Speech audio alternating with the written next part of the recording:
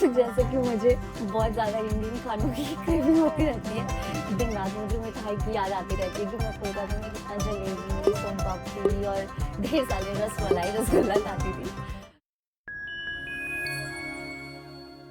I am very excited for this topic क्योंकि मैं बहुत हैप्पी हूँ because I receive my parcel. और टाइटल और थंबनेल से तो आपको पता चल ही गया होगा कि आज का टॉपिक क्या है। तो this is one of the most important thing जो हम यहाँ पे इंडियन स्टूडेंट्स या जो भी इंडियंस यहाँ पे रहते हैं जिनको इसकी बहुत ज़्यादा ज़रूरत होती है।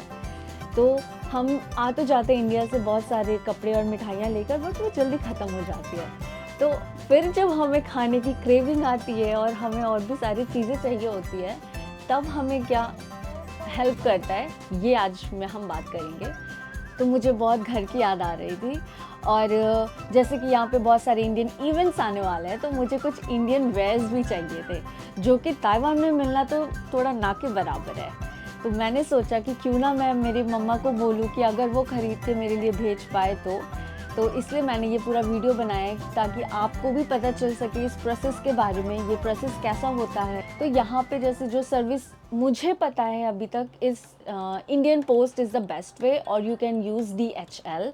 तो मैंने DHL नहीं यूज़ किया क्योंकि मैंने काफ़ी लोगों से सुना था। मैंने मंगवाने से पहले मेरे कुछ फ्रेंड से कंसल्ट किया, जैसे कि मेरी एक फ्रेंड है कोलकाता से जो कि आरात्रिका।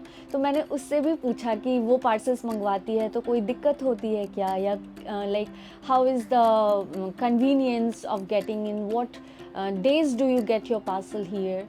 तो उससे बात करने के बाद मुझे पता चला नहीं, इट्स नॉट दैट टफ। तो मैंने मेरे घर पे बताया and they arranged everything and sent me a parcel and within I guess 7 days I have received it। तो मेरे घर पे 17th February को they have parcel like and फिर on 25th February I received it। और सबसे best चीज़ क्या थी कि मैं अपने पार्सल को ट्रैक कर सकती थी पूरा मतलब ये जो इंडियन पोस्ट का इतना ही अच्छा सिनेरियो है कि I can track the whole thing. तो पॉइंट नंबर 1, जब आप इंडियन पोस्ट ऑफिस के पास जाए अपना सामान लेकर, तो वहाँ पे आप बता सकते हैं कि इसमें क्या क्या है। तो डिक्लेरेशन एक फॉर्म होता है जो वो आपको देंगे, ठीक है। तो वो आप पहले वहाँ पे मेंशन कर सकते हैं कि उसमें क्या क्या चीज़ें हैं और क्या कितने अमाउंट का है। और जब भी आप जाए you be prepared with your Aadhaar card का xerox and other mandatory things जो वहाँ पे चाहिए। ऐसा नहीं कि आप चले जाएं और फिर वो बोले आपको तो आपको रिटर्न बैक करना होगा वो सब लेने के लिए। And also go with cash. तो आप डेफिनेटली इंडिया में बहुत इजीली UPI पेमेंट्स हो जाते हैं, फिर भी आप रिस्क ना लें। अगर UPI है तो बेस्ट है, लेकिन आप प्रिपेयर होकर जाए कैश के लिए।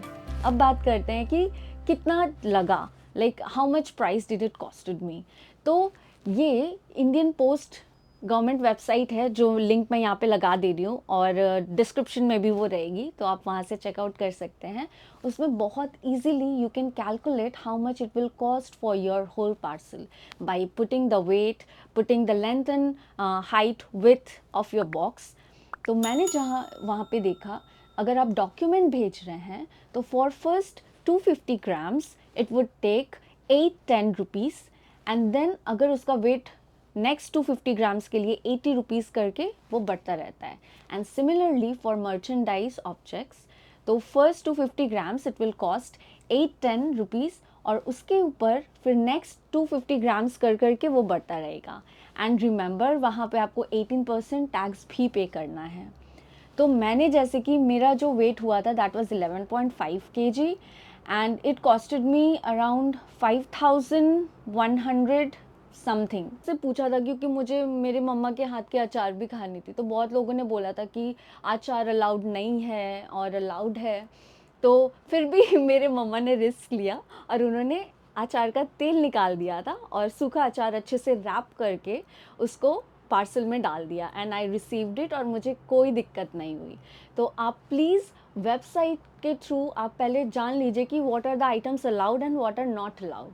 कुछ दिन पहले मेरे फ्रेंड अकी ने भी कुछ सामान मंगाया था, पार्सल मंगाया था घर से, बट वो जब उनके पेरेंट्स जब पोस्ट ऑफिस गए तो उन्हें स्ट्रिक्टली मना कर दिया गया कि आप अचार और घी ऑयल नहीं भेज सकते। तो that is from Andhra Pradesh post office.